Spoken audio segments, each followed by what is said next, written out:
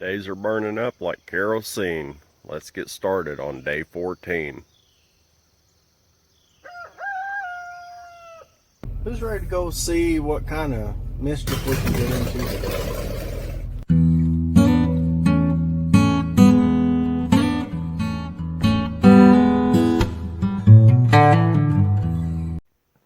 Well, welcome back, everybody. It is old Big Mike back out here in the Hoopty Barn with the Blue Goose, the old 31 Plymouth, and we are getting down to the nitty and the gritty. We got 2 weeks left on this project. Are we going to make it? I believe we are. Boy, I tell you what, the closer it gets, the more it kind of shakes my confidence a little bit, but it just means we got to hammer down. So, anyway, yesterday we got our little bling bling temp sender thing in there. And we got our fuel gauge situation in there. And, anyway, we got a little something accomplished, even though it don't work right, whatever. What do you expect? So, I'm not going to say I lied to you, but I did end up going to town after all, when I didn't think I was. And I got this thing right here. Yeah. This is the whole little gauge package for our oil pressure gauge. And so what I'm going to do is I'm going to get back in here, because you can't get into it from here. That's why I did this firewall like I did. Let me get in here. I'm going to get in here. I'm going to take out just these few screws right here, and then I'm going to move this firewall out a little bit, and then I can get to my oil pressure gauge back there. Trust me, it's back there. And we're going to go ahead and get that gauge hooked up. And as I was dreaming about brakes in the wee early hours of the morning, something come into my cranium. And I was just thinking about this proportioning valve. I've been studying on them, and they talk about how it can trip one way or the other, whatever. I'm thinking, if I just take this whole thing out and pull this end off, maybe I can pull that thing out of there and put that thing back together, or put a plug in it or something, and just make it an open block inside there. How about that? Will it work? I don't know. It ain't working now. I know that. Worst case scenario, what I'll do is I'll just take it out completely, and I'll put a coupler between this one and the back. And then I'll put a T-valve between this one and the two front ones. And we'll just run it direct to it. I mean, something's going to happen, but we're going to get brakes. We have to have brakes. So, anyway, hold on. Come along for the ride. And I'm going to get something figured out here. Alright, so I'm going to show you what I'm talking about how I did my firewall. So, check it out. I can just drop it down, pull it to the side here, unhook my throttle linkage, and I can get right here to it. And see, I can work on stuff back here. Now, if I have to, if I had to, I'd just take out one more little thing. I can take this whole thing out, but figure if I'm just getting to that right now, we'll get that thing out. We'll put in this new gauge kit, and we'll button her back up. Alright, back to brakes. So here's my next plan of attack. Empty master cylinder.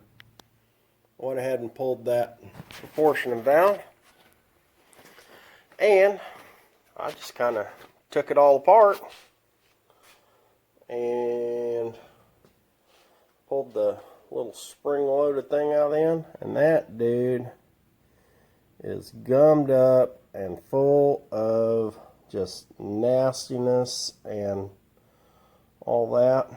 Well, and I pulled the thing out of the top here where the brake light sensor goes on. And I was looking online, they were talking about how you could take a little sharp instrument and move that little dude back and forth. It don't happen in this. That dude is stuck like Chuck. So, that being said, here's what I did. I mean, I took my loose juice and I sprayed it all around through everything in here. And I saw where my flow's going. And, old cranium going here again. What I'm going to do, what I'm going to try is that right there. Yep. I'm just going to leave that dude out. And I'm going to put a plug in the end here. Because it flows.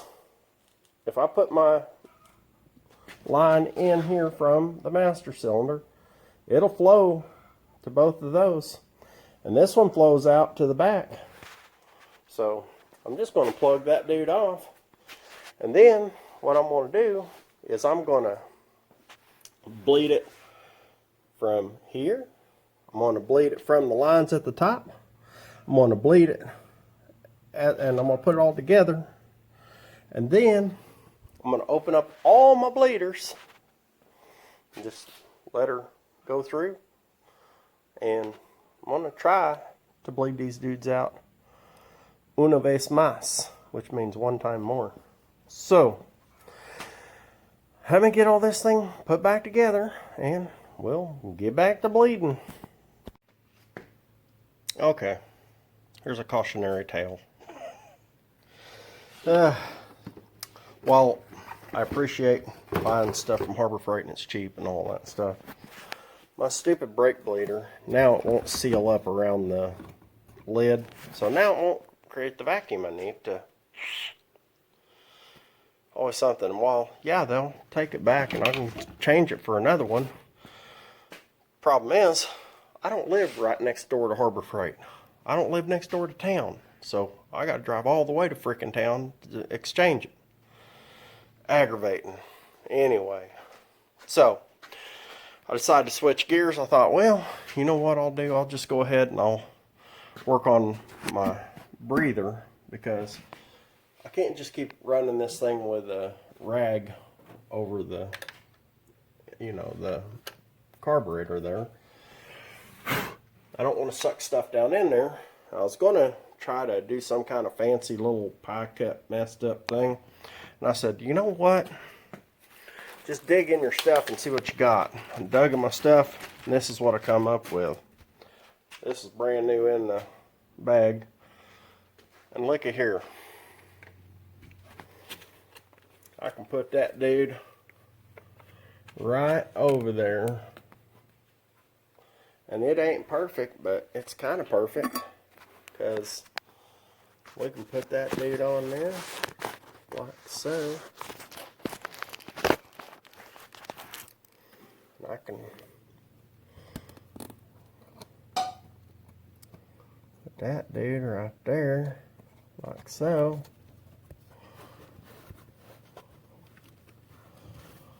And you know what? It's not perfect, but it'll keep the junk out of the carburetor. So, if that ain't a hefty air filter, I don't know what the heck is.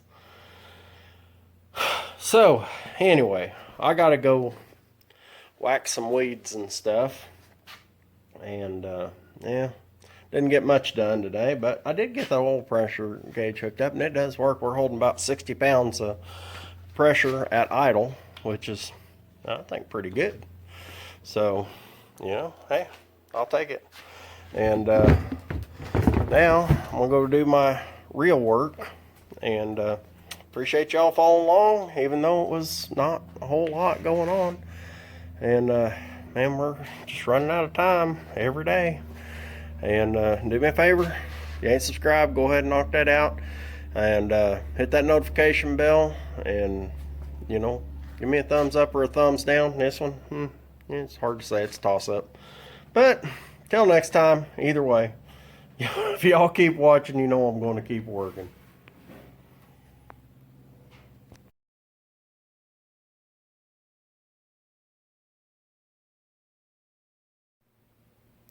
You know I couldn't leave it like that. Anyway, so this was the original little breather holder for the carburetor. I built me a new one out of a piece of wire and a shoulder bolt, and we'll put it on there. So there it is. She ain't perfect, but ought to keep from sucking all the junk down inside there. And it don't look too awful bad. Looks hoopty.